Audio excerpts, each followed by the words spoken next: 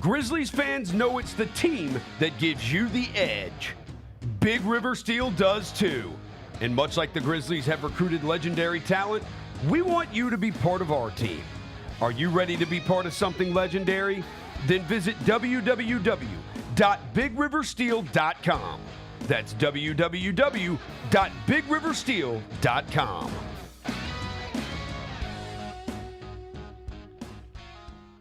Grammy, Academy, and Golden Globe award-winning superstar Mary J. Blige, live in Memphis. The For My Fans Tour, live at FedEx Forum Saturday, April 19th, with special guests Neo and Mario. Get tickets now at livenation.com. The iconic Mary J. Blige for one night only. Sonic Radio. Welcome back to Sonic RNDIO. That spells radio with me, the CIO. This just in, the new Sonic $1.99 menu lets you build a crave-worthy meal for just $1.99 an item, whether that's a creamy shake, crispy tots, or a quarter-pound double cheeseburger. This just out. Ostriches. They're mean, not very cute, and in my opinion, way too big for a bird. Don't miss the Sonic Fun 99 menu. 5 items, always $1.99. Live free, eat Sonic. Tax not included. See menu for details. Grizzlies fans, dunks, dimes, and no-looks are great on TV, but nothing compares to catching them IRL. And that starts with buying tickets at Ticketmaster, the official ticket marketplace of the Memphis Grizzlies and the NBA. Ticketmaster gets you to the game so you can catch every highlight in person. From seeing your favorite Grizzly stars up close to hearing the squeak of the sneakers on the hardwood. Put that jersey collection to use and get tickets at Ticketmaster. There's no better brag than saying you saw it live. See you courtside, Memphis.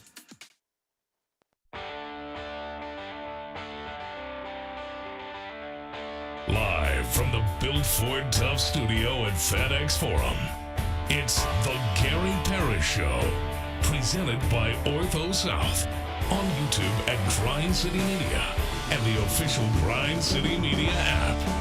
Now, here's your host, Gary Parrish.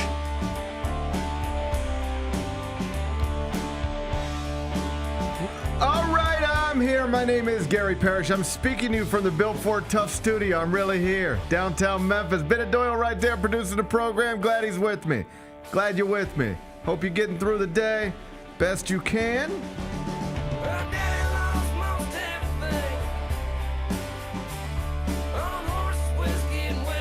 And I hope you didn't think the Grizzlies' losing streak was going to be snapped against the reigning world champions, because that didn't work out so well.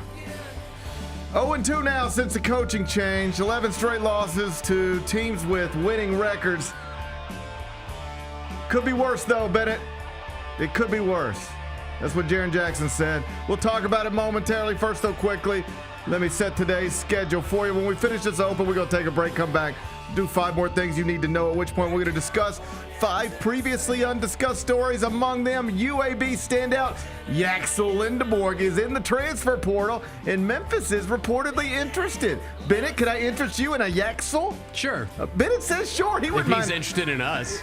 Only if he's interested in us. Bennett might like to bring a blazer to Memphis. Sounds like he could be expensive, though. We'll spend some time on that. We'll do it in about 20 minutes. Auburn coach Bruce Pearl has provided an update on Janai Broome's injured elbow heading into the Final Four. I'll tell you what he said. We'll do that a little later on in the show. Big cinema news. Bennett sent my way earlier today. I know you do. All 4 Beatles biopics are going to be released in April 2028 in theaters. It is being described as the first bingeable theatrical experience. So, as long as the world still exists in 3 years, that should be a lot of fun. I'll tell you more about that. We'll do it in the next segment. The so-called Torpedo Bat is taking MLB by storm. I love stuff like this. Ellie De La Cruz is the latest to use one. Oh, buddy, he used it good. We'll show you what he did with it. We'll do that in just a bit. And a not great headline connected to former Tiger Billy Richmond. Hated seeing this. He was arrested yesterday after being indicted for theft and tax fraud. Rough stuff. I'll tell you more about it. Tell you what we know. We'll run you through that news story during a segment we call 5 More Things You Need to Know. Then we'll eventually do GP's carry, and we'll call it a day. So that's the rundown. We got a lot to get to, but I did want to start with your Memphis Grizzlies because Game 75 of our scheduled 82, it was played last night in downtown Memphis. The reigning champs were in town. Big matchup that did not go well for the struggling home team. Final score, Celtics 117, Grizzlies 103. And that means the Grizz are now 0-2 since making a coaching change last Friday. So if you were expecting a spark of some kind, I got bad news. Not happening. At least not yet. At least not yet. So far, all the coaching change has done is deliver back-to-back losses, which means the Grizzlies have now dropped 11 straight games to teams with winning records. Average margin of defeat in those 11 games, 12.3 points. Big Bet Bennett, is this ever going to stop? Tell me this is going to stop at some point. I'm tired of this. It doesn't feel like it. It doesn't feel like it. You know, last night, it's funny, like, they announced that Jaylen Brown's out for the Celtics, and I'm like, well, damn, that's going to make this hurt even more. Like, not even a thought of optimism crossed my mind. At least embarrass us at home with the Finals MVP. Right. So it was rough again. I mean, just they looked okay in the first half. I mean, they looked good in the first half, I would say.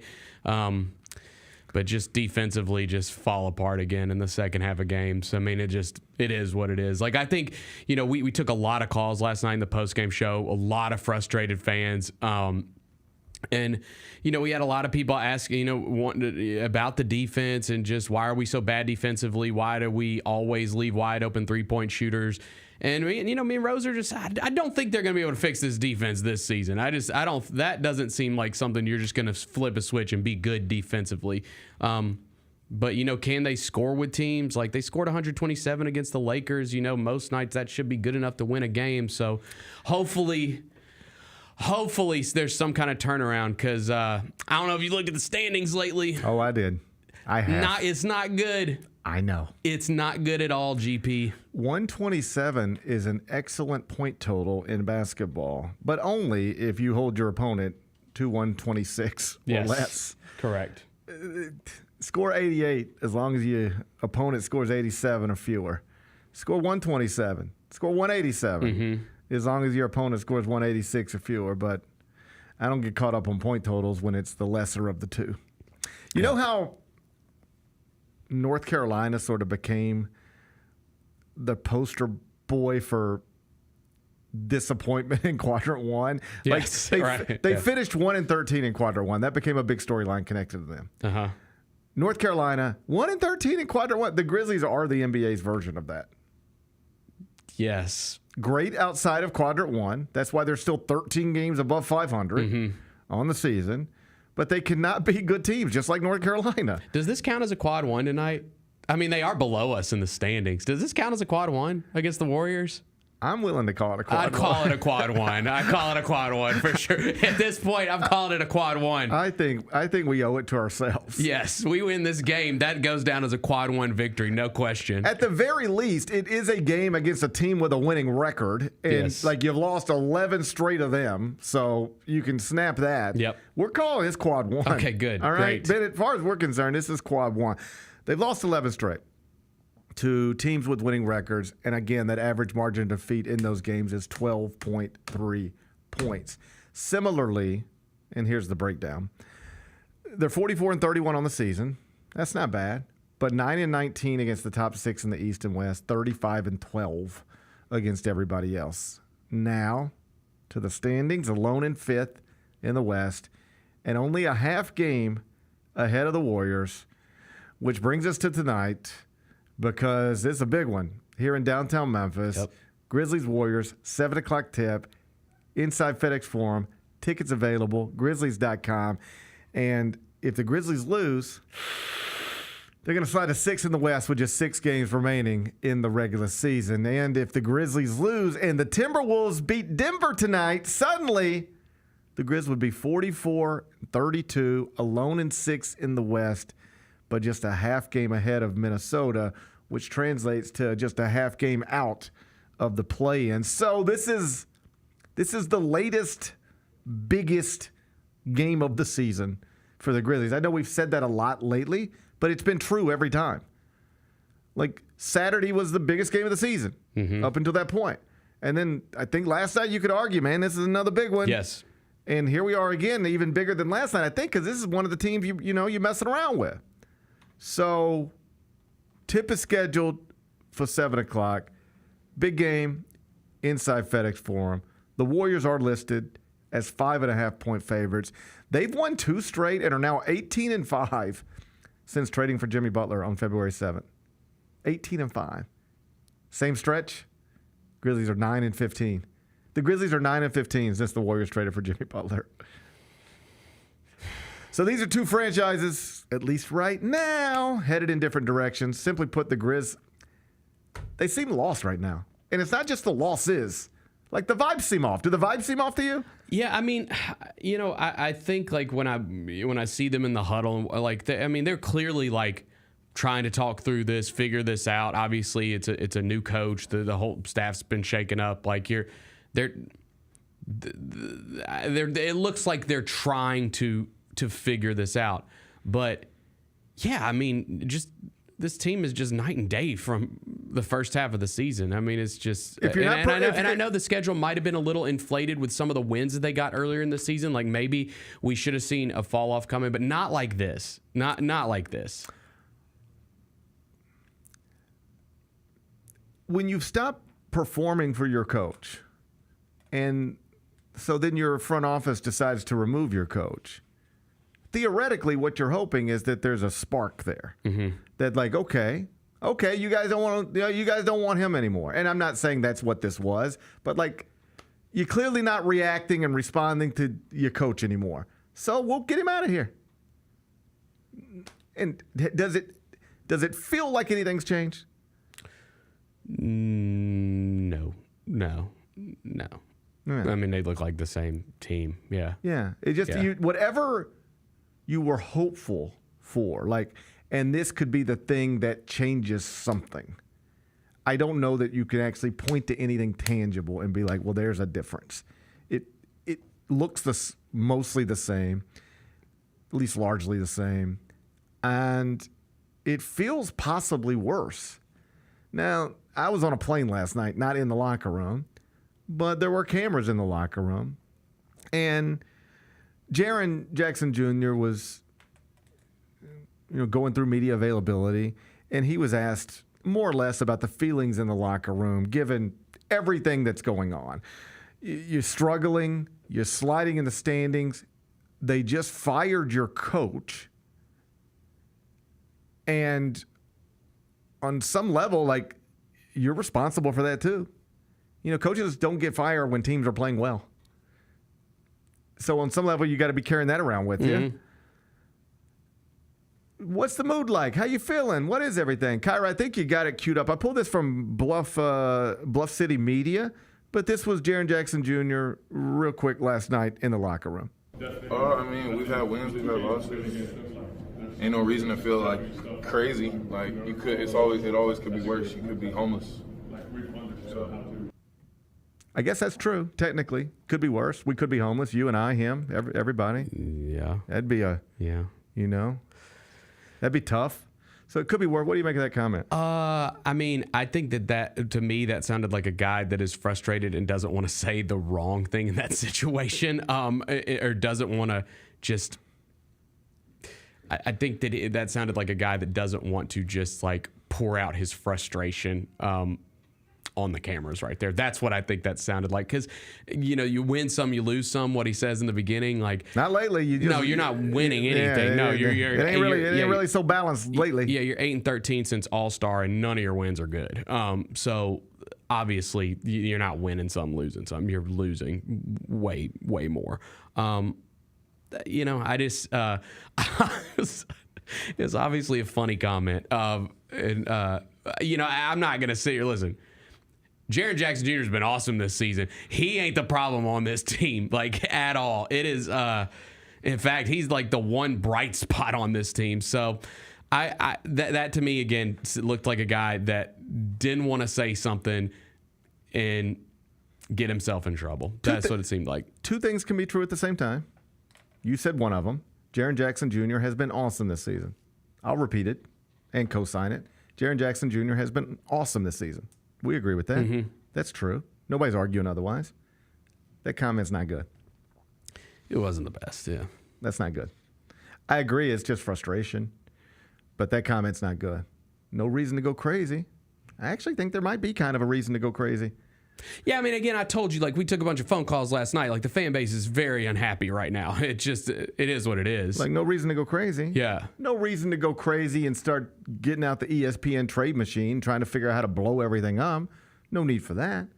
But let's take a step back for a second. Just a few years ago, ESPN would put together, like, future power rankings. They'd say, man, if you could be any franchise going forward, what franchise is set up to really do this thing? And the Grizzlies were at the tip top of that. Now look where you're at. Yeah. Just fired your coach. Can't be good teams. On the verge of slipping to 6th in the Western Conference standings. And getting closer to the play-in than we thought was reasonably possible not too long ago. I think almost likely, GP. Certainly feels that way. Yeah. So, yeah, I mean, it could be worse, but it's pretty bad. Mm-hmm. Just because it could be worse doesn't mean it's pretty bad. Doesn't mean it's not pretty bad. This is a pet peeve of mine. Just take Jaren out of it. I just hate that saying. Hate it. I don't subscribe to it. What, it could be worse? I just hate it. I hate it. I know it's true, but to me, that's always, not always, it's often just excuse making. It's rationalizing. Of course, anything could always be worse, right? I just caught the flu. I can't get out of bed. I'm sick. Could have been pancreatic cancer. Could be worse. Okay, but that didn't make me feel any better right now. Yeah, it could be worse, but I feel like shit right now. All right? Your kid comes home. Report card. English grade, F. Yo, what's this about? Can you imagine your kid looks at you and says, but Dad, I got a C in algebra. So it could have been an F in English and an F in algebra. Instead, it's a F in English and a C in algebra. Could have been worse. Relax. What? Yeah, it could be worse, I guess, but let's talk about this F. And by the way, let's talk about this C too. I can't stand that way of thinking. I don't, and I'm be clear, not trying to make more at it than what it was. He's just frustrated in the locker room. He's the face of this thing right now, and it's not going well. He's just frustrated. But just broadly speaking, I don't like that mindset. You know what mindset I like? St. John's loses a game, and they ask Rick Pitino about it. You know what he says? I want to go jump off of the Brooklyn Bridge. Yeah. Yeah, I mean, I would rather hear we have to find a way to win a game. Anything other than, no reason to go crazy. Could be worse. That's just not what you want to hear from your leader. That's what they keep calling him, your leader. Right. That's what they keep saying. He's the face of this. He's the leader. That's not what you want to hear from your leader this deep into the season. Just a few games removed from the day where your coach was fired. Like, that's just not what you want to hear. And you ready for this? You know who else knows that? Jaren. He knows that. Mm-hmm. I'm not saying anything I don't think that Jaren would disagree with. He knows that wasn't. I get, as somebody who speaks into a microphone myself all day long, there are times, all the time, I say something and I say, I wish I would have said that differently. I wish I'd have said that better. I wish I'd have said that in a different way. I wish I wouldn't have said that at all. Mm-hmm. These are thoughts I go through every day, right? So let's not make it out to be anything more than that. But that wasn't a good moment. Like, the loss felt bad enough, and I don't think anything that came out of the locker room made you feel better. No. What wouldn't make me feel better is a win tonight against the Golden State Warriors. Me too.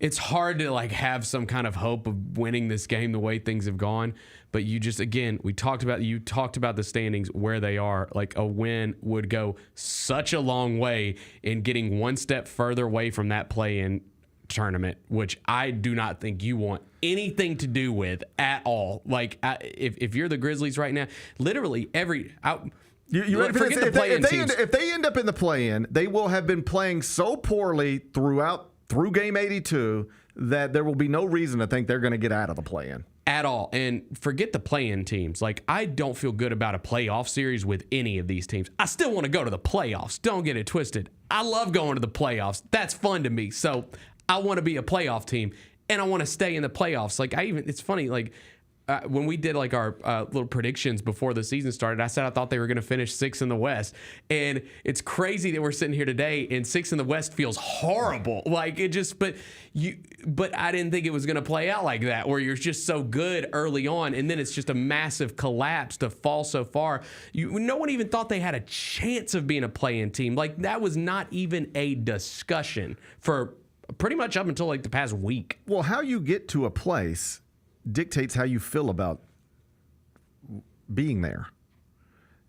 In other words, if you are an 11 seed in the NCAA tournament and you end up in the Sweet 16, you feel great. Mm-hmm.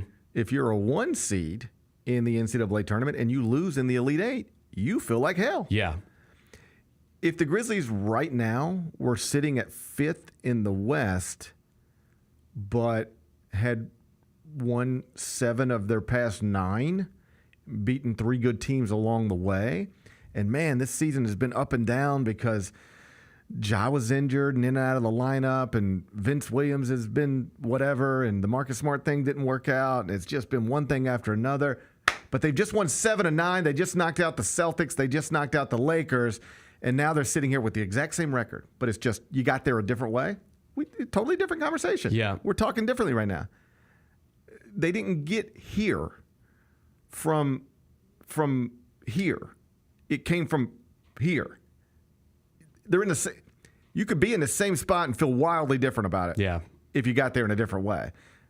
They got here by stumbling. Yes. They got here by falling apart defensively. They got here while firing their coach.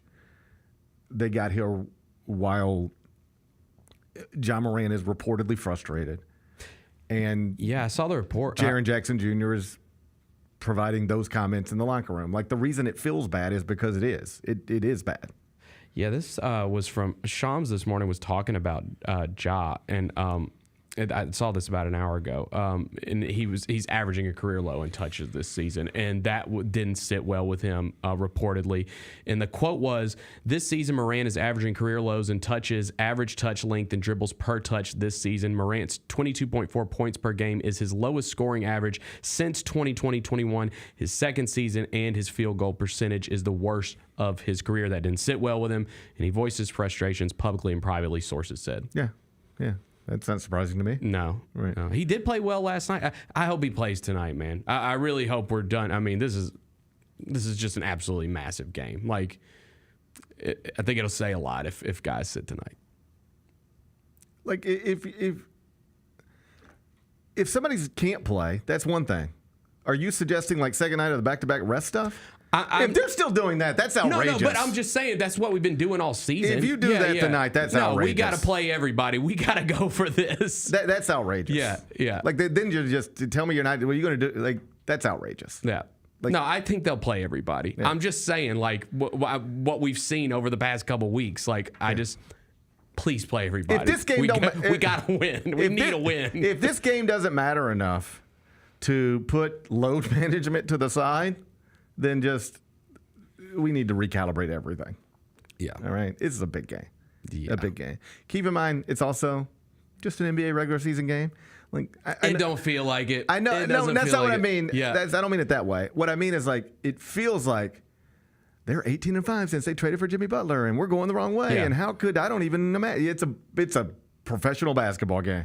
All it takes is 2 dudes getting hot from 3-point range, and the team that's been struggling beats the team that's been playing well. Like, these things happen every night in the NBA. So I'm not somebody who sits here and goes, there's no way they can win the game tonight. Of course they can win the game tonight. It's a Tuesday night NBA game at the end of the regular season.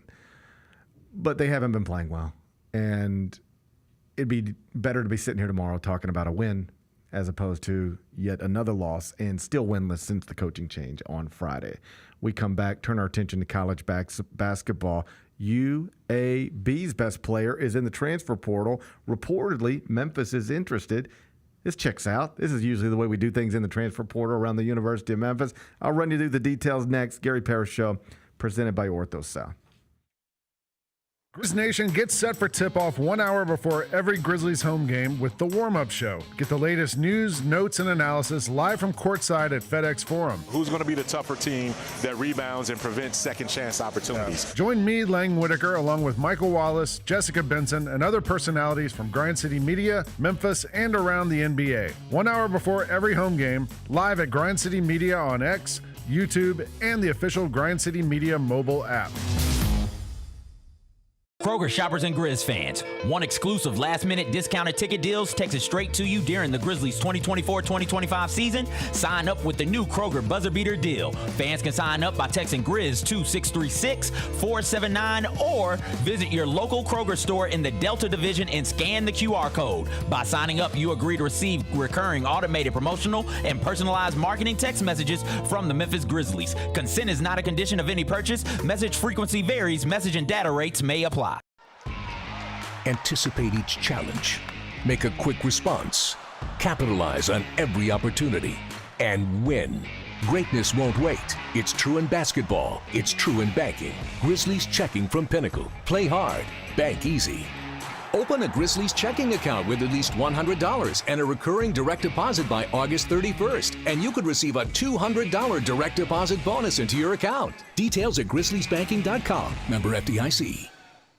Thanks for showing up, Memphis. Nothing beats catching your Grizzlies IRL, and nobody knows that better than you. So next time you want to hit up a game, Ticketmaster's got your back with tickets to every upcoming matchup. Whether you're catching the Grizzlies at home or on the road, you'll find tickets at Ticketmaster, the official ticket marketplace of the Memphis Grizzlies and the NBA.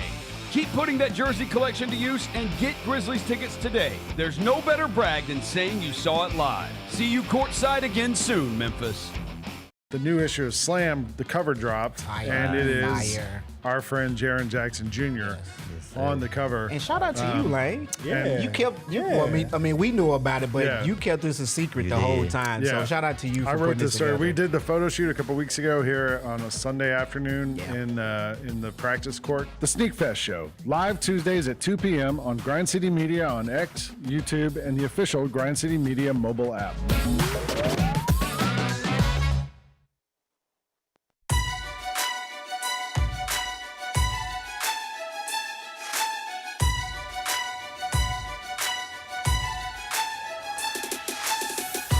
Orthopedic injuries can be unpredictable, unforeseen, and unscheduled, and Ortho South understands this better than anyone. Since your injuries don't make appointments, you don't need to either. That's because Ortho South welcomes walk-ins during the weekdays, in the evenings, and even on Saturdays. So next time an unforeseen injury makes an unscheduled appearance in your life, visit orthosouth.org to find your nearest urgent care location. Just walk in, and Ortho South will take care of everything, especially you. Learn more at orthosouth.org. That's orthosouth at orthosouth.org. Now I got 5 more things you need to know. Number 1. UAB star Yaxel Lendebourg, Dane Dange's nemesis, is in the transfer portal, and Memphis is reportedly interested. Bennett, can I interest you in a Yaxel Lendebourg? I mean, sure, you can interest me. I don't know if he's interested in us.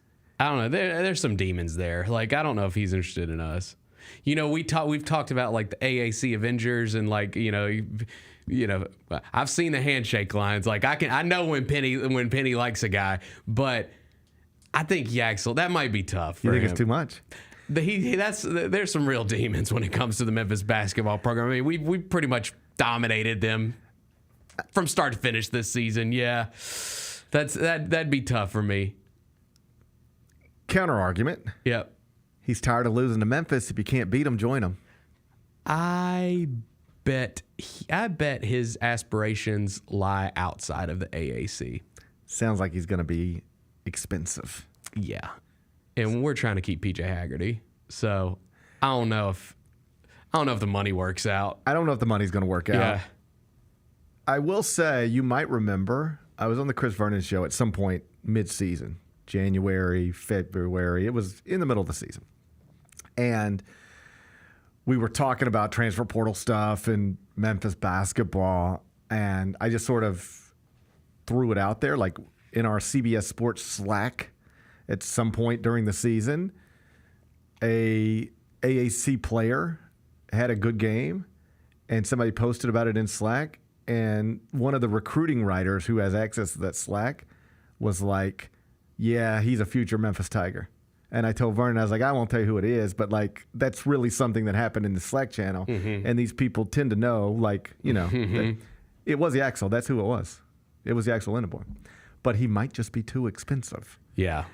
And this is something that it's going to be interesting to see how it unfolds over the coming days and weeks and months, because Memphis has been able to hold its own in the transfer portal in recent years. You know, Memphis has been throwing around real money. My little buddy John Martin puts it at around $4.5 million. That's what Memphis has been spending on NIL for its basketball roster. Or that's what Memphis's roster was about. Like, that's what Memphis has about right now. According to John Martin. Which is pretty good in the grand scheme of things, right? Yes. But it for now. Yeah, I got you. It's for now. But the money is going up so quickly. I'm trying to put this in real people terms. Imagine if you bought a car for $50,000. I'm just making these round numbers. I don't know.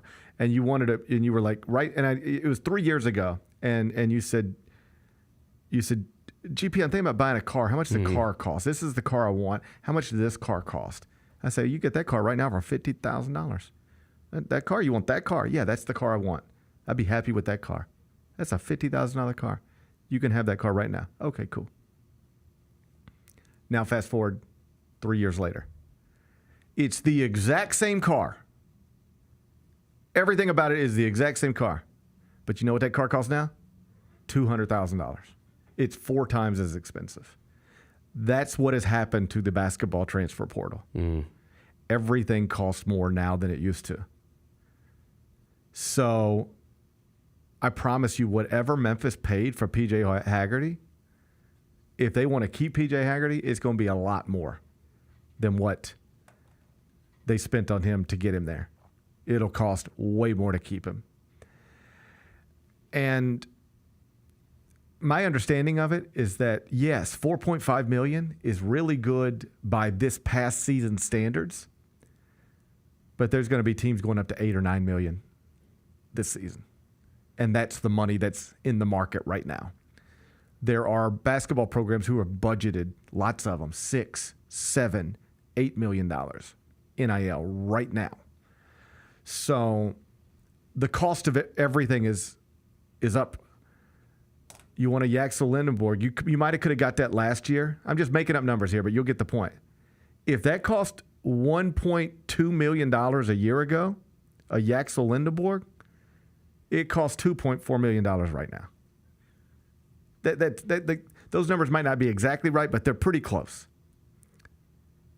So it'll be interesting to see where Memphis is able to shop. What aisles. If you notice, some of the biggest transfers so far who have already announced commitments, you know where they're going? Bryce Hopkins announced from Providence to St. John's. Another player announced from Arizona State, former 5-star recruit, Arizona State to St. John's. How is St. John's getting these big-time transfers committed so quickly? Millions and millions and millions of dollars. Like Rick Pitino has got as much money as basically anybody to shop with, and they're throwing it around right now. He's got a billionaire supporter sitting right next to him. Obviously, there are billionaires connected to the Memphis basketball program and the University of Memphis in general. And they've been awesome to keep Memphis in this position, to give Memphis more resources than any other AAC program has. I wish I was a billionaire. God, it'd be nice. But the $4.5 million you've been doing, thank you. If you want to keep getting the next round of Dane Danges and Tyrese Hunters and PJ Haggerty's, that $4.5 million ain't going to get it done anymore. That $4.5 million will make you clearly the best in the AAC. But if you want to beat a St. John's, an Arkansas, a Kansas, an Indiana, a Texas Tech, an Alabama, if you're going to get into recruiting battles with those schools, the $4.5 million is not going to be enough anymore. Yeah. I mean, I think I'll try to stay optimistic here, though, because, like, what we know, and again, different era, everything, but what we do know is that the Memphis Boosters have stepped up in the past. Yeah. Like, that's never really been a big It is no issue. more. Yeah. It is no more. Now, when this new money and revenue sharing comes in, then it's a whole different game, and we'll have to figure that out. But for now, it is as simple. It is no more complicated than this. Can you get the people who have been giving you the $4.5 million to make it $7 million? Mm-hmm. That's all it is. But that's what it is. Yeah. What you used to get done for 4.5, probably you need closer to 7 to get that exact. The roster, we'll put it this way, then we'll move on. The roster that $4.5 million used to buy is probably a roster that you need $7 million to get now. Mm-hmm. Just the cost of everything has gone up. So think of it as transfer portal inflation. The cost of everything is up, and it'll be interesting to see whether Memphis can keep up. Yeah. And you'll know the answer to that question by who do they get involved with, who do they stay involved with, and who do they ultimately bring to campus? Who do they ultimately keep? Who do they lose? Does P.J. Haggerty start getting pulled in different directions? You'll have your answers. Just follow the recruiting stuff. Who are they recruiting out of the portal? Who are they involved with out of the portal? Who do they actually get out of the portal? Get the answers to those questions, and then you'll be able to figure out whether Memphis was able to be as competitive in the NIL space as it has been in recent years. One last thing on this, and on this I mean Memphis basketball. Jeff Calkins just reported that this is the first time in history they're going to shrink the size of capacity for Tiger basketball games inside FedEx Forum by a little more than 3,000. They're going to curtain off upper deck stuff in both end zones. Damn. That's where I sit. That's Bennett's favorite place. That's where I sit. Can y'all keep me a seat for me and my fam open? You've just been moved. Dang. But, like, I want to be clear. I understand it. You don't need them. All right? You don't need 17,000 seats for Memphis basketball anymore. You just don't. But recognize that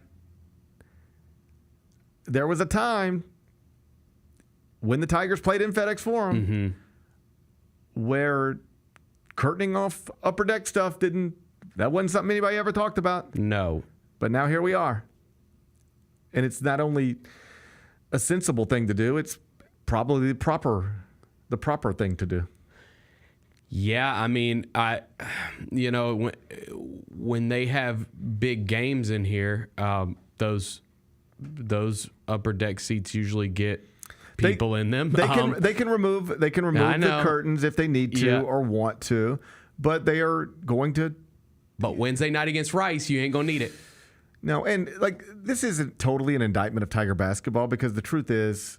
Just saying. An AAC program shouldn't be playing basketball in a 17,000 seat arena. That's very true. And that's a great point. And it's not always about Memphis basketball. It's like if Memphis basketball was in the Big 12 and Tuesday's game was against Kansas and Saturday's game was against Baylor, and then you got Big Monday against Iowa State, and then you got Saturday against Houston.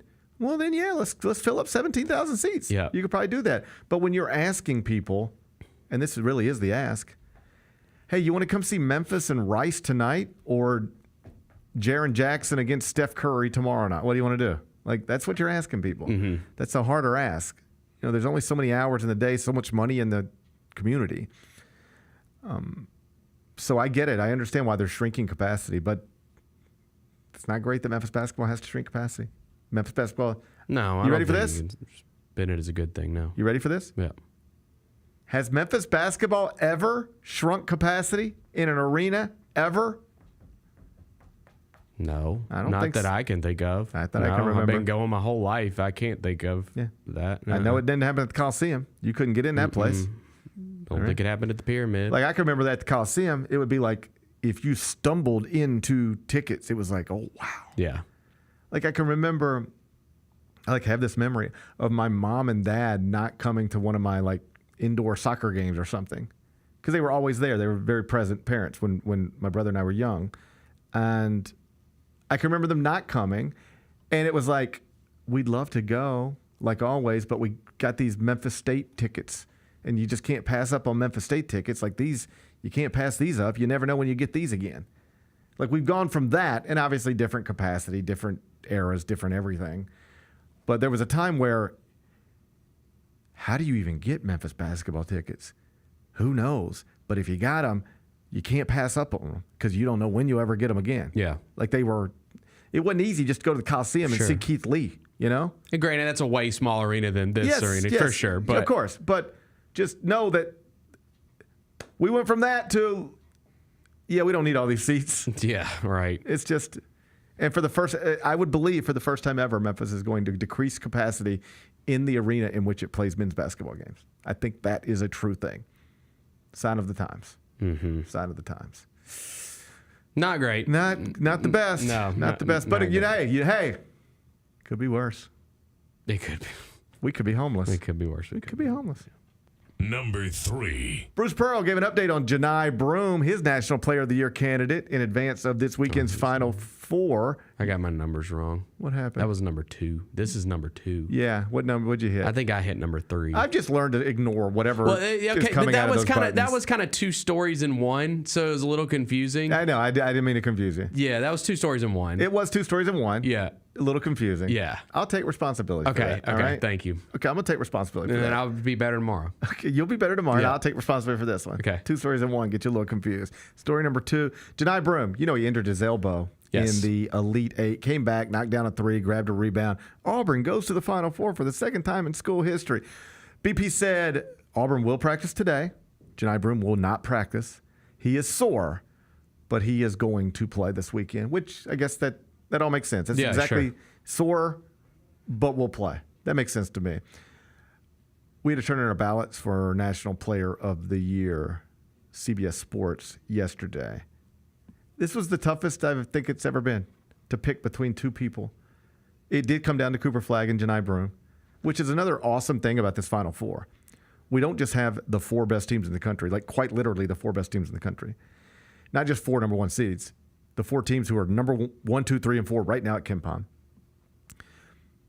We've got the 2, and really the only 2 National Player of the Year candidates there as well, in Cooper Flagg and Janai Broome. And if you wanted to throw a 3rd Player of the Year candidate in there, it's probably Walter Clayton from Florida. He's there too.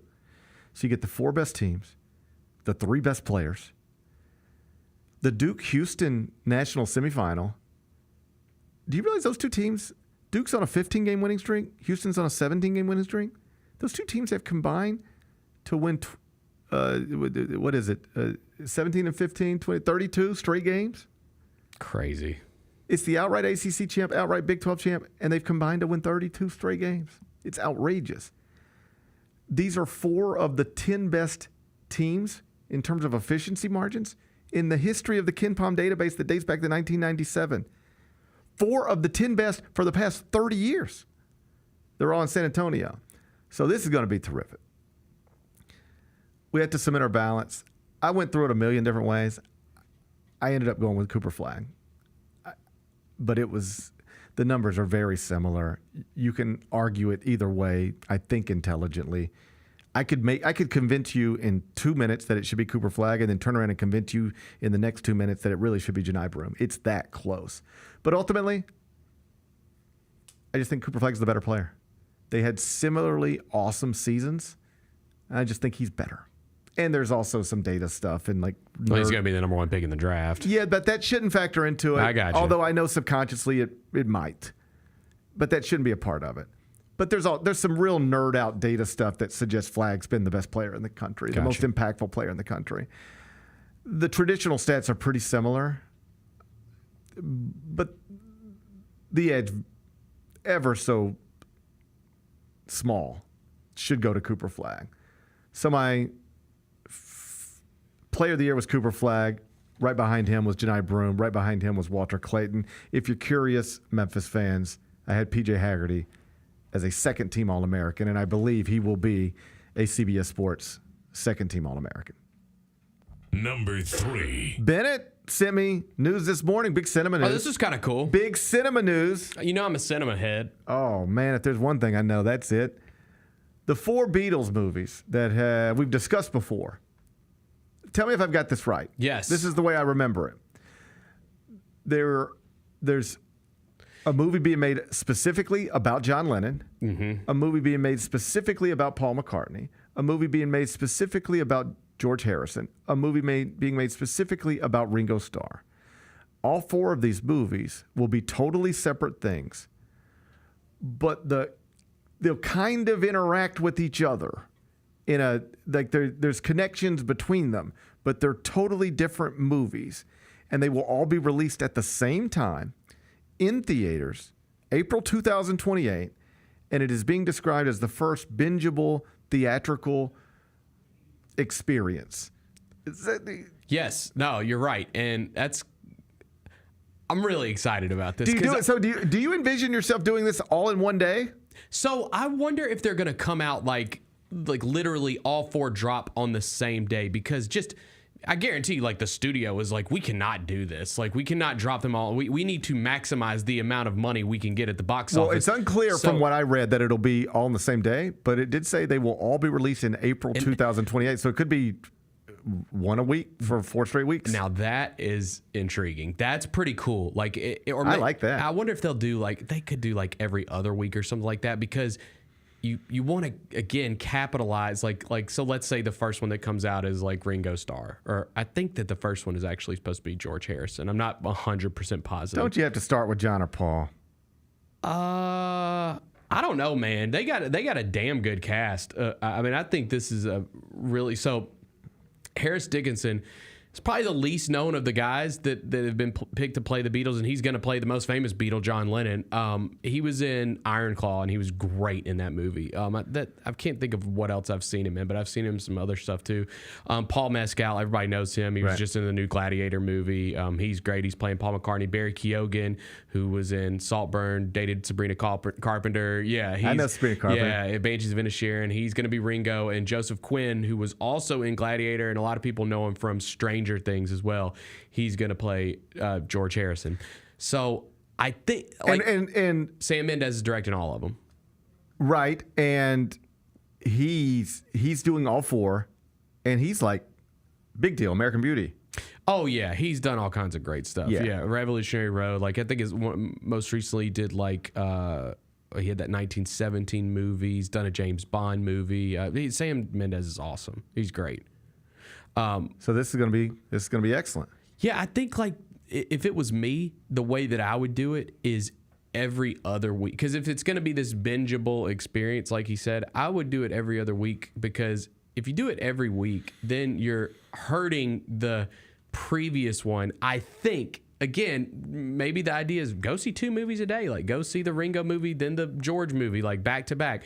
But I would think that you would want to maximize the box office, and everybody go see the John Lennon movie. Did you see the John Lennon movie? No, I'm going this week. Okay, go see it this week. Oh, and then the next week is the Paul McCartney movie. That's the way that I would probably. It feels like it's going to be a thing that I participate in. I like the idea of a bingeable movie experience. I love binging, man. I love to binge, and I love movies, and I love the Beatles. I like the binge. I like the Beatles, and I like movies. So this is all my favorite stuff. How do you feel about, if it were up to you, I leave it up to you. Yes. Season of a new show drops. I can drop, Apple TV Plus, they'll drop 1 a week. Mm-hmm. Right? Yes. Max, HBO, they'll drop 1 a week. You get a new Righteous Gemstones every Sunday. Mm-hmm. You get a new White Lotus every Sunday. Netflix, on the other hand, they just dump it all on you. They just say, here's the last season of Cobra Kai. Watch it all right now or don't, but it's all there. What do you prefer? I prefer 1 a week. I prefer 1 a week. I want to talk about it with everyone. Me too. And we cannot be on the same page if we're all doing a binge marathon. It's a real problem. You can't be on the same page. You just can't. Everybody's got we need 1 a week so we can all dissect it, talk about it, listen to the podcast about it. We'll come on the show the next day and talk about it. We need to marinate. We need to marinate in a week, one episode a week, and we need to marinate in it. We need to think about it. I agree, Bennett. Yeah, we need to get our brains working again. I think that's right. Like, I like the idea that I can walk in here on a Monday and I could be like, yo, did you see the White Lotus? And you know exactly what I'm talking about. But if the White Lotus were on Netflix and I walked in here and I said, yo, did you see the White Lotus? We'd have to then go, what episode? Where are you at? Yeah. Oh, I've already finished it. Man, I just started episode 2. You're not going to believe what happens. Yeah. And then I don't like that. And then the other thing that happens, here's the other thing that happens. This is a real point of stress in my life. Like, I get stressed out about this stuff. Falling behind on TV, not catching up stuff, not finishing series.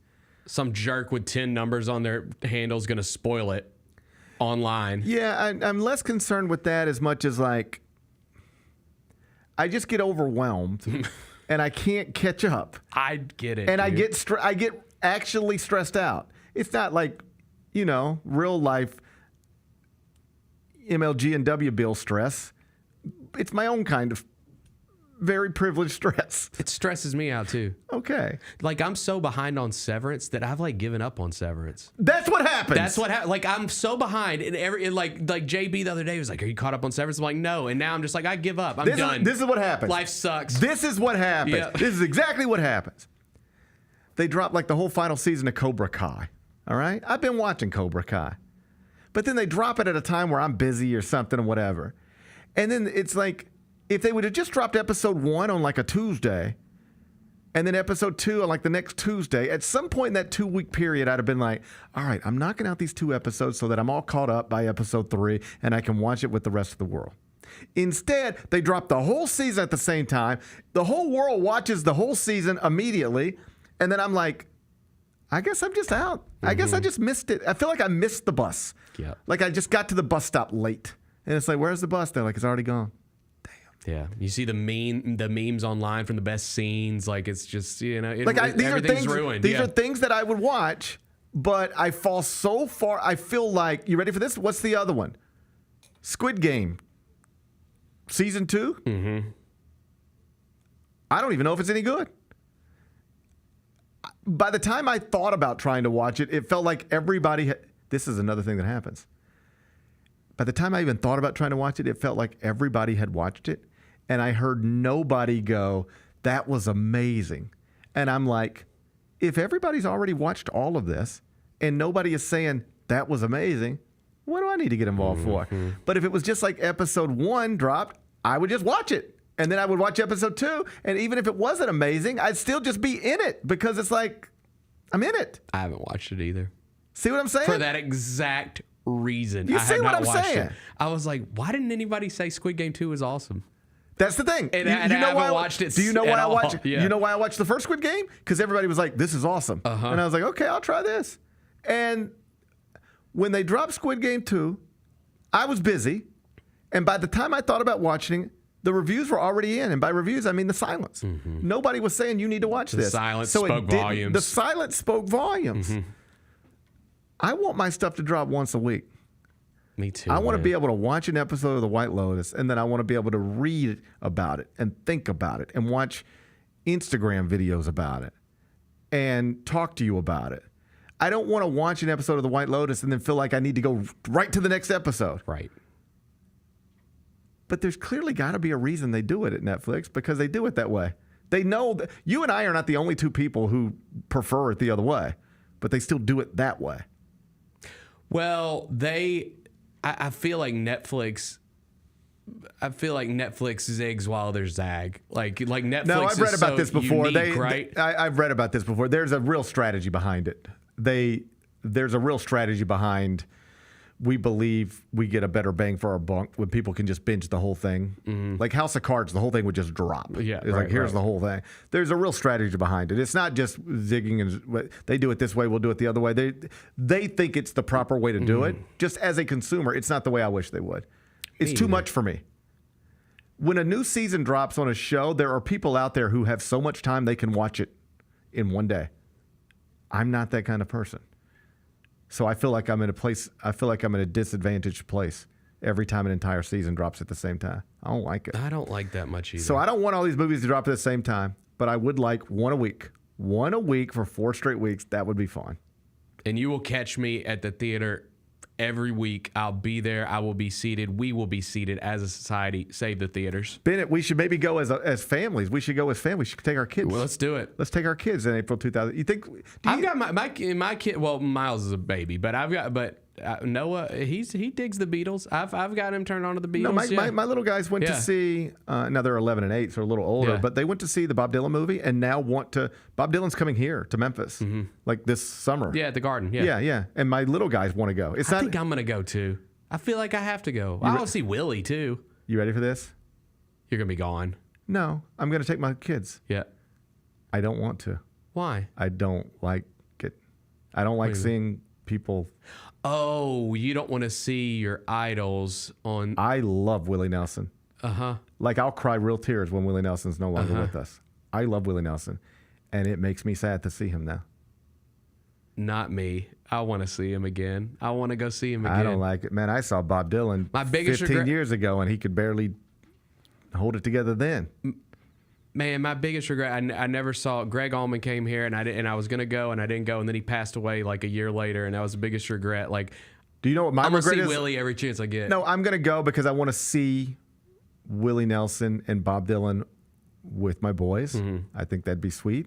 But my point here is, this is not me dragging them. They want to go. That's legit. Because of the Bob Dylan movie. They want to go see Bob Dylan. Raised them right. I'm trying. Raise them right. I don't even live here. I'm an absentee father. All right. Oh, all right. no. But I'm trying. I'm trying the best I can under these not ideal set of circumstances. Yeah, I got you.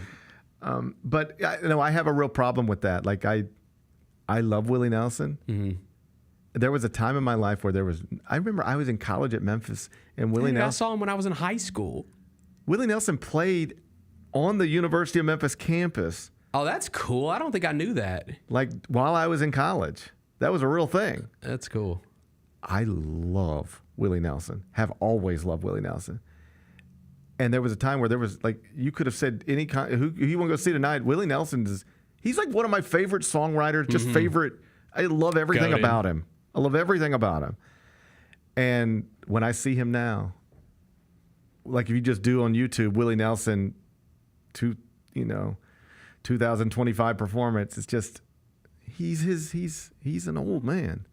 Yeah, he's in his 90s, yes. right? Yeah, he's in the 90s. And it's just, it makes me uncomfortable. I don't love it.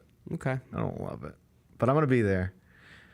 I'm going to be there. I'm going to be there. You can't pass on an opportunity to see legends. We're going to go. We're going to go to that, and then we're going to go see the Beatles movies together with our children, provided we're all still alive in April 2028. It's a little ways. I'm not even sure we'll have a country in April 2028. Yeah, that's everything seems on the table. We might not have a country in April 2028, or we could own Greenland. We got to at least get through the Beatles movies. We got to at least get through the Beatles movies. Can we at least get to May 2028? Yeah. Is that asking too much? I don't think so. I don't think so. Number 4. It might be. Are you familiar with the torpedo? Have you caught torpedo bat fever? I don't think we're using the torpedo bats. Still hitting a lot of home runs though.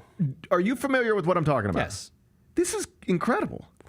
I didn't even know this was a thing this season. It wasn't a thing until this weekend. Yeah, where did this come from? The Yankees. So, how do they get permission? They don't need permission. It's within the rule book. That you can use one of these torpedo bats. Okay, let me talk you through it. Okay. So the big story out of this past weekend, the opening weekend of the Major League Baseball season, is that the Yankees hit 15 home runs in 3 games. They hit 9 in 1. Aaron Judge hit 3 in 1. They're just bombing. Yep. Tied the record for most home runs in the first 3 games of history of Major League Baseball, right? Well, then people start going, hey, what's going on with their bats? Michael Kay, who calls Yankees games, is the first one to note about it on TV. This is all, I can't overstate this. I know this might sound whatever for non-baseball fans, but like, imagine something came to the NBA that just changed the sport overnight. Yep. That's what's happening right now in baseball. This was not even a thing that anybody talked about. And then Michael Kay talks about it this weekend with the Yankees. Like, hey, you need to look at these bats. Look at Jazz Chisholm's bat. And it's called a bowling pin bat or a torpedo bat. It's sort of been nicknamed a torpedo bat. And the idea behind it is this. There was a hitting instructor working in the Yankees organization, minor guy, but a physicist, MIT. So brilliant guy, physicist working in baseball. And he had sort of noticed that hitting had become more difficult than it ever had been. Like in the numbers, that's true. The velocity of pitches is up. Pitchers are throwing more pitches than ever. Velocities, like, I want to see velocities up. Average fastball, like 8, 9 miles per hour over the past 20 years. Everybody's bigger, stronger, throwing harder. Hitting is more difficult than it used to be.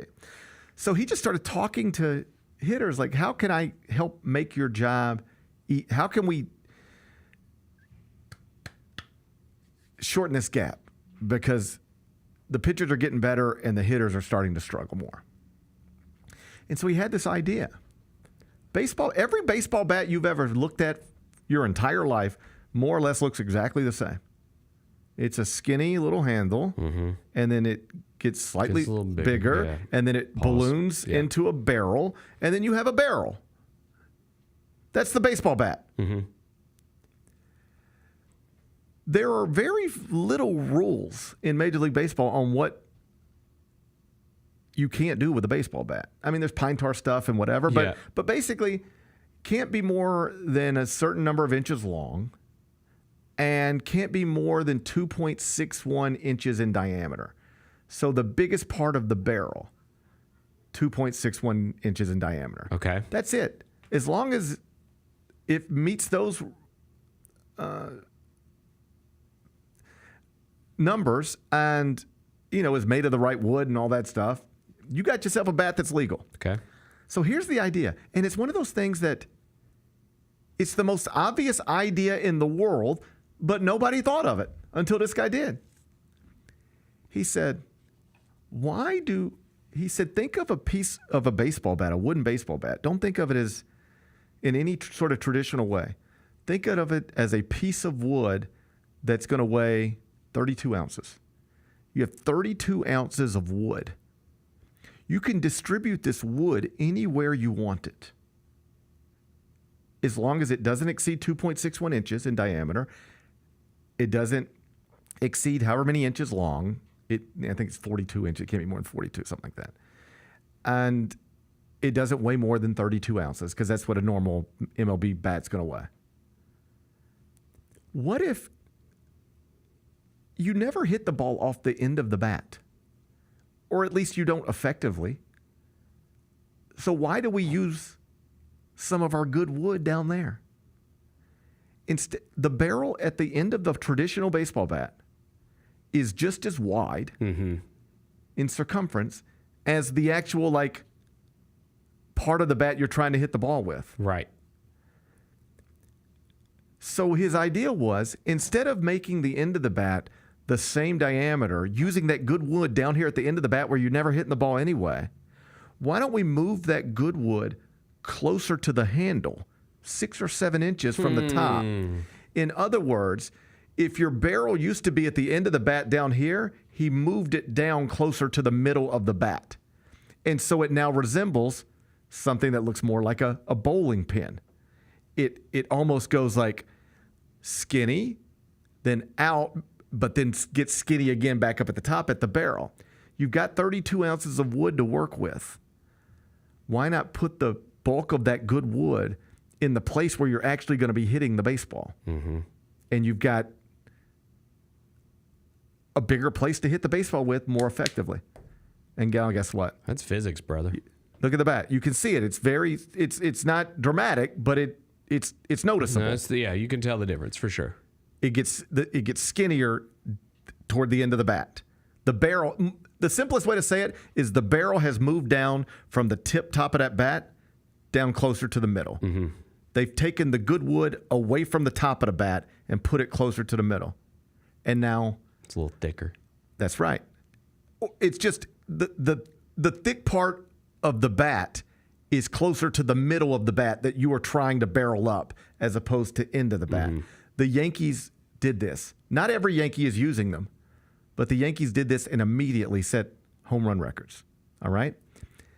Now, other teams are literally calling bat manufacturers and saying, send me these. Yeah. Like by today, guess who decided to use a torpedo bat last night for the first time ever? Ellie De La Cruz in Cincinnati. I bet I know what happened. Watch what he did with this torpedo bat. A hard parked triple in. Destroyed. Deep right center. Off the base of the batter's eye. He is 14-0 is insane, by the way. He hit 2 homers last night. His first all two over. You're going to look up in a week, and half the league is going to be using these bats. Think about how crazy this is. We've been playing baseball forever. Nobody's thought of this. Isn't that insane? Yeah, it is. Especially considering like what you mentioned, like the pine tar and like little things that we've seen pitchers and hitters for that matter do to try to manipulate the game. It is kind of surprising that this hasn't been thought of before. Now think about the business aspect of this. Ooh, buddy. I'm at baseball fields every weekend when I'm in town. Every kid in every dugout's got a $300 baseball bat. Yeah. Make these things legal for 8-year-olds. Right. Sell them for $500. Oh, man. You've just rendered traditional baseball bats useless. You are going to be able to tell an entire world of youth baseball players, the bat you've been using, that's not a bat anymore. You got to have one of these. And, oh, buddy, baseball parents can't wait to buy them. Torpedo bats are going to – somebody about to make $1 bazillion off of these things. Man. Yeah, they are. Like, suddenly, hey, every little baseball player in America, you have to have a new bat because the one you're using is now outdated. It'd be like if you just went to the golf course one day and suddenly there were these new clubs that looked different and everybody was hitting the ball 50 yards further and sticking approach shots closer, and suddenly everybody had them by next week. That's what happened to baseball. Like just guy brainstorming. Well, why don't we do this? Can we do that? Yeah, it's allowed. Why hasn't anybody thought of this? Then he does it, and the other thing the players say is like it looks different in your hands and just gives you a sense of you have a better instrument to work with because it visually looks like the barrel's bigger. Oh, and so your confidence goes up. It's just the illusion. It's really a confidence thing. This is what Jazz Chisholm said. That's what they say. Yep. There's an illusion of because the barrel goes skinny, big, skinny again, that part that you're trying to barrel up looks bigger than it otherwise would look because it stands out from the rest of the bat. And it creates like the idea that you're using a better instrument, a better weapon in this moment. It's just fascinating to me. And so keep an eye on this. Like, this wasn't a thing last week. The Yankees turned it into a thing this weekend. Ellie De La Cruz just decided to start using it on Monday. You'll see 15 more players using them tonight. Yeah. This is going to be the new thing. Baseball bats have been changed just randomly in April 2025. It's kind of wild. It's just a wild thing. Yeah. Just 2025, let's just come up with a new idea for baseball bats and change Major League Baseball. That's where we're at. Number 5. Hate this story. Yeah. Billy Richmond, former Memphis basketball player, turned, at least it appeared, successful businessman with his Wing Guru franchise, was indicted last month and arrested yesterday. Tax evasion, fraud, not great. No, I was bummed to see this. Billy's always been super cool to me, so I was bummed to see this story. Yeah, I covered him in high school, covered him at Memphis. Had plenty of lunches at the Wing Guru. Yep, same. Got my little quote on the wall like everybody else. I've known Billy and liked Billy for a long time. I guess we first got the hint that something was wrong here. With the jaw stuff? Yeah. He had clearly had a deal in place with John Morant, and that had gotten to use his name, and that hadn't, I guess, gone as it was supposed to go relative to the contract, and so that was messy and concerning.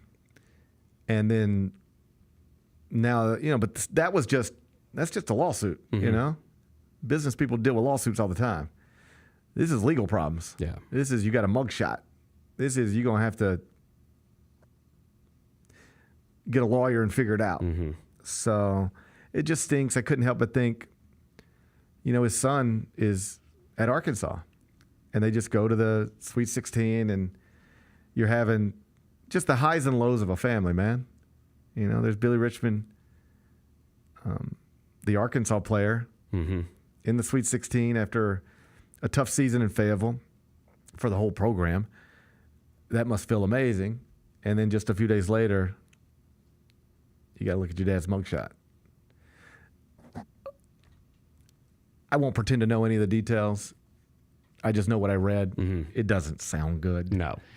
It doesn't sound good. So, sometimes people get themselves in these types of situations, and one bad decision leads to another one, and one bad decision leads to another one, and now here you are. So I don't know enough about it to say anything more than it doesn't sound good, but I hope it can be resolved some way and Billy can find a way out of this, because if he broke some laws here and made some poor decisions, there's a price to pay for that, and he'll have to deal with all that. But just generally speaking, that's somebody I liked.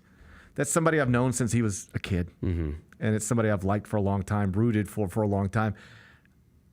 I even think the stupid quote I put on the wall at Wing Guru when they asked for one time was something along the lines of how happy it makes me to see Memphis basketball players go on and do awesome things. Sure, become an MVP of the NBA like Derrick Rose, that's great. Yeah. But not even that. Awesome things in their community. Go on to be a high school basketball coach who is, impacting young people's lives, or running a bank. Arthur Barclay, works in politics up in Camden. Like, he's an important... Does he really? Oh, yeah. I didn't know that. Arthur Barclay is was in city council, and he's an important... How about that? Public That's figure awesome. in Camden, New Jersey. That makes... Shout out Arthur Barclay. That makes me smile. I've always said that. There was a time in my life where I was around these guys' ages, but also covering them.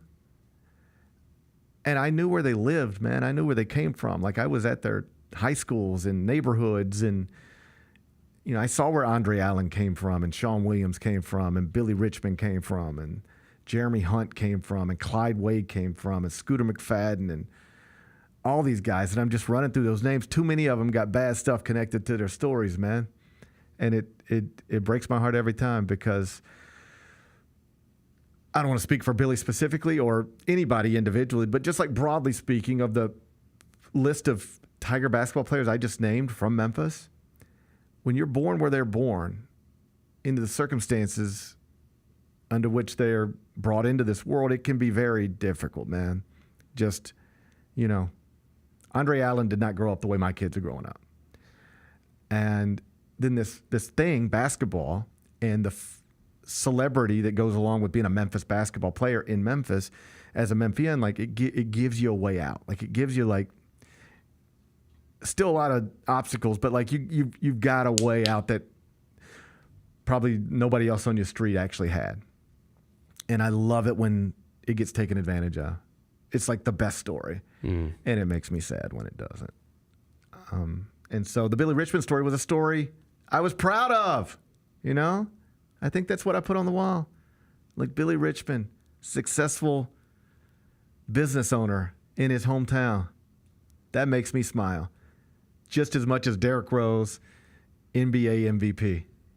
Billy Richmond, successful business owner, makes me smile just as much, because they both win it in life. Good stuff. Then you get this. Hopefully there's a way to resolve it and move on, and whatever lessons have to be learned, and blah, blah, blah. But it's just a sad headline to see.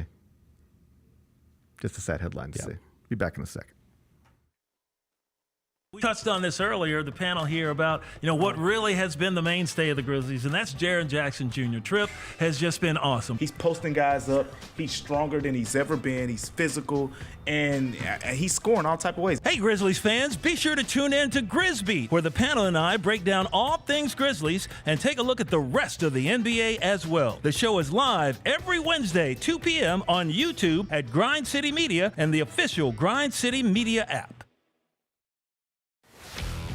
Let's face it, there's a lot of trash talk in basketball, but the great teams let their performance do the talking. Like Ford F-150 with Pro Power on board, a class-exclusive industry-first feature that turns your truck into a mobile generator and leaves the competition speechless.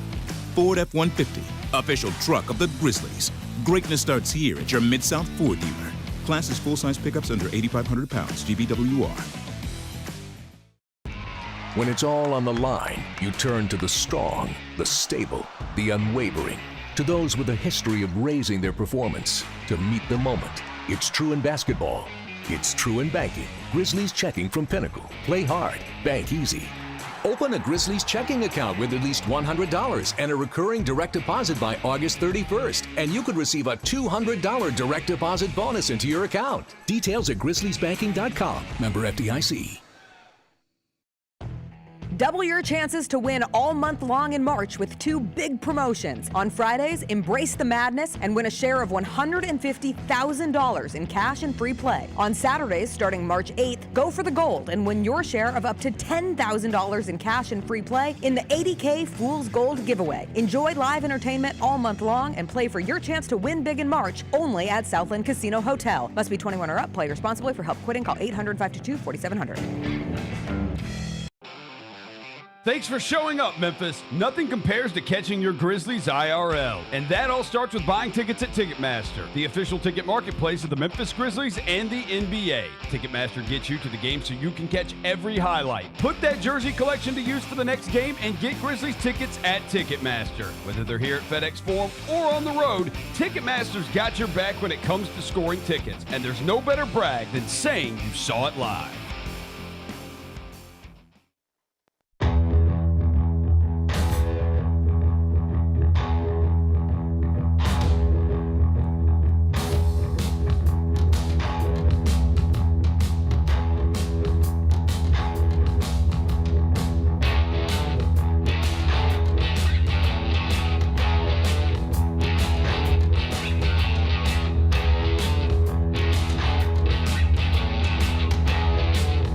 Welcome back, Gary Parrish Show, presented by Ortho South. Let's wrap this up with GP's Carryout. It's time for GP's Carryout. One final segment filled with stuff to take with you. It's not everything you need to know, but it's most of it. What did we learn today? Whole bunch of stuff, but we mostly focused on your Memphis Grizzlies in advance of tonight's game with the Warriors. Steph and Jimmy are in town. Draymond too, I guess. 7 o'clock tip inside FedEx Forum. Bennett, the number's dropping. Does that encourage you? Is it? The number's dropping. Where we were at 5.5. Warriors minus 5.5. When we started this show, it was Warriors minus 5.5. Now, Warriors minus 4.5. Okay. I like that. Okay. Starting to think a losing streak might get snapped tonight. What do you think? I really hope so. Wouldn't that be nice? Because it not only would it be Remember good. when we used to win? Wasn't that fun? Not only would it be good to just snap a losing streak, I think that is the most satisfying opponent to snap a losing streak against for the Memphis Grizzlies franchise. Yeah, because we respect Steph. Yes. We respect Steph. Because the alternate GP is I don't think my heart, my brain, I don't think I can handle Steph bombing threes on us, Jimmy turning everyone over, and then Draymond just screaming everyone while the Warriors are beating our ass. I can't do that tonight. I can't do that. Okay, we respect Steph. Let's run through it. We respect Steph. Yes. Okay. Do we care that Jimmy Butler did not want to come to Memphis? Well, the best I could tell, I'm not sure how much we kick the tires on that. So I don't want to I don't want to speculate too much on the, because I'm not sure how much we kick the tires on that. Like, do we think he shunned us? I'm not sure he necessarily shunned us. I know he said he didn't want to come to Memphis.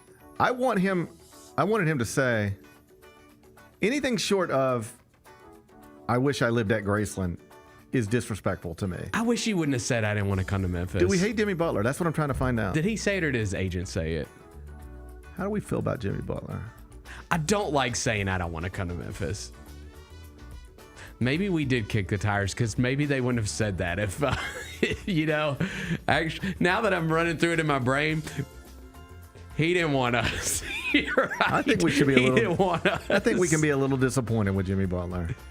He didn't want us. And then we just don't like Draymond. That's true. We just don't like Draymond Green. I like Draymond. You like Draymond Green? Yes. But I would I take Draymond Green on the Grizzlies tomorrow? You bet your ass I would. I wouldn't. Are you kidding me? I just wouldn't want. I am not interested. Bro, we need toughness on this team. If I meet somebody. This team ain't been the same since they moved on from Dylan Brooks. I'm just calling it like it is. All right. Find me somebody with toughness not named Draymond Green. Okay. That's who I would like. Same. That would be great. I would like toughness, but not in the form of a Draymond Green. All right? Okay. He was talking bad about Taylor Jenkins before Grizzlies fans were. I remember that. I forgot about that. So was that this season? Yeah. That was this season, wasn't it? Yeah. Man, and the thing that stinks. Remember when him and Dylan got into it, and he said the parade's coming after you. That was a great line, though. Whether it's true or not, it was a great line. And that was what I was hoping he's going to be right on. He still could be right. Somebody looking right at you and saying, you think you're a part of the championship. The championship comes after you're gone. That's a hell of a thing to look at somebody and say. Whether it's true or not, it's a great line. Because deep down, in that moment, Dylan Brooks has to feel that might be true. And my experience with insults are Did you see him in LeBron last night? Yes. Did you see him humping LeBron? He's just playing physical defense with his. You ain't got to tell pelvic. me. You ain't got to tell me. He's playing I miss that physical defense. I love physical pelvic. defense. I love physical defense. He was thrusting into LeBron. Yep. Woo. Anyway. They're all here tonight. Yeah. They're all here tonight. The Grizzlies are 4.5-point underdogs. Tips at 7 o'clock. Tickets available, Grizzlies.com. What's today's biggest game? Also on WMC Action News 5 Oh, tonight. it's a Channel 5 game. We're on Channel 5 tonight. What up, Channel 5? Yeah. That's it then. That's where I'm watching it. It's also Slam Night. Jaren Jackson Slam Night. I know. They're giving away hoodies. I need to get. I hope I walk outside and there's a hoodie on my desk. It's a big night. I hope I walk outside and there's a hoodie on my desk. You still got a desk? Kyra got it. Damn, I don't think I got a hoodie. Man, I ain't got nothing. Nobody I don't even have a desk anymore. They took my desk. They took your desk. You weren't sitting at your desk enough. I didn't know that was the rules. Yes, you had to sit at your desk at least once a week to keep that desk. That's the rule. In fairness, nobody took a desk from me. Somebody noticed. I am never at it. So is it necessary?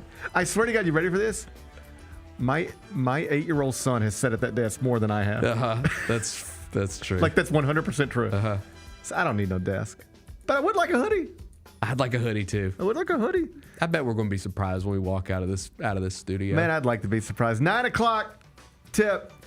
This one's on TNT. Timberwolves and Nuggets. Okay. The Ball Arena in Denver, Colorado. Yep. Denver's a 2.5-point favorite. Total's 232.5. How you going to act? Give me the Nugs. We need them.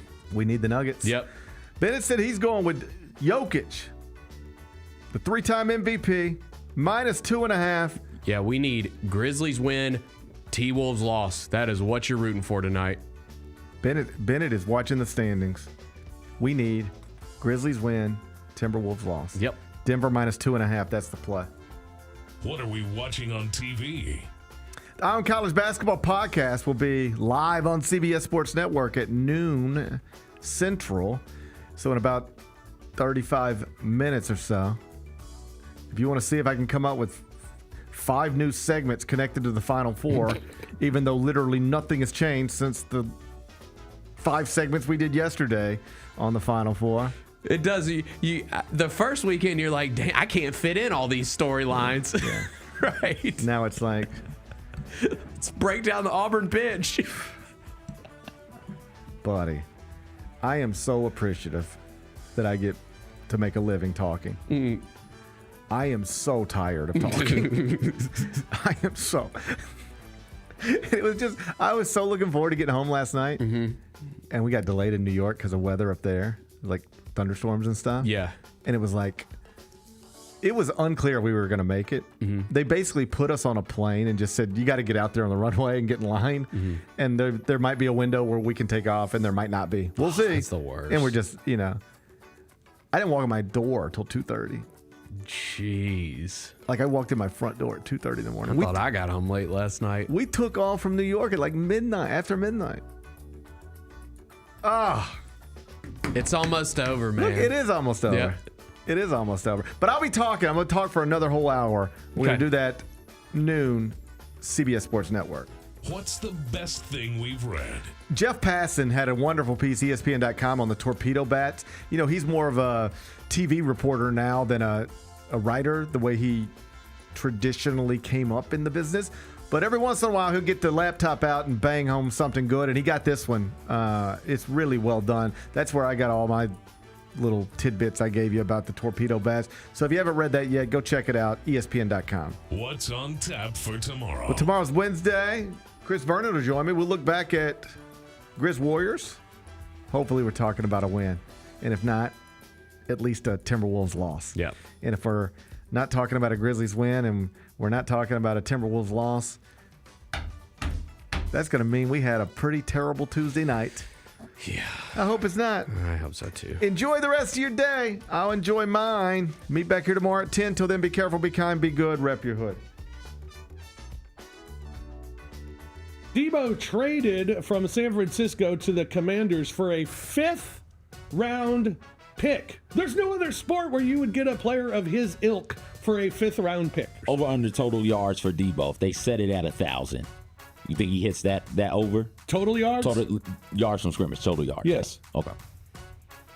Yes. The Odds Couple, live at 2 p.m. on YouTube at Grind City Media and the official Grind City Media app. Kroger shoppers and Grizz fans, want exclusive last-minute discounted ticket deals texted straight to you during the Grizzlies 2024-2025 season? Sign up with the new Kroger Buzzer Beater deal. Fans can sign up by texting Grizz to 636-479 or visit your local Kroger store in the Delta Division and scan the QR code. By signing up, you agree to receive recurring automated promotional and personalized marketing text messages from the Memphis Grizzlies. Consent is not a condition of any purchase. Message frequency varies. Message and data rates may apply. Shinedown. Dance Kid Dance Tour. Live in Memphis. FedEx Forum, Saturday, August 30th. With special guests, Bush and Morgan Wade. Get tickets now at livenation.com. Shinedown, live in concert. For more, visit shinedown.com. Thanks for showing up, Memphis. Nothing beats catching your Grizzlies IRL, and nobody knows that better than you. So next time you want to hit up a game, Ticketmaster's got your back with tickets to every upcoming matchup. Whether you're catching the Grizzlies at home or on the road, you'll find tickets at Ticketmaster, the official ticket marketplace of the Memphis Grizzlies and the NBA. Keep putting that jersey collection to use and get Grizzlies tickets today. There's no better brag than saying you saw it live. See you courtside again soon, Memphis. I need cameras to capture every waking moment between Russell Wilson and Jameis Winston on the same team. The pregame prayers will be generational. Because that's preacher and a deacon. That's what we're talking about here. That prayer's going to be 40 minutes. We're going to miss the anthem. Tune in to the Jessica Benson Show with CJ Hurt live every weekday at 8 a.m. on YouTube at Grind City Media and the official Grind City Media app.